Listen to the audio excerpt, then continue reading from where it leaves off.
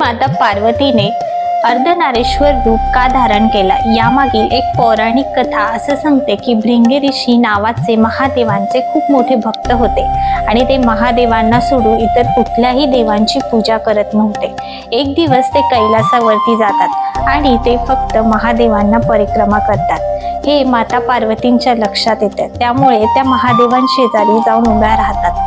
तरीही भृंगा ऋषी उंदराचं रूप घेतात आणि फक्त महादेवांना प्रदक्षिणा घालतात। त्यानंतर माता पार्वती आणि महादेव हे अर्धनारेश्वर रूप धारण करतात। तरीही भृंगा ऋषी भोवऱ्याचं रूप घेतात आणि त्या दोघांच्या मधून प्रवेश करण्याचा प्रयत्न करतात। हे बघून माता पार्वती अतिशय क्रोधित होतात आणि ते भृंगा ऋषींना श्राप देतात की तुम्ही शक्तीचा अपमान केला आहे, त्यामुळे तुमच्यातील स्त्री तत्वांनी बनलेला अंश पूर्णपणे नष्ट होईल आणि भृंगा ऋषींमधील रक्त आणि मांस नष्ट होतं आणि त्यांचा एक सापळा बनतो।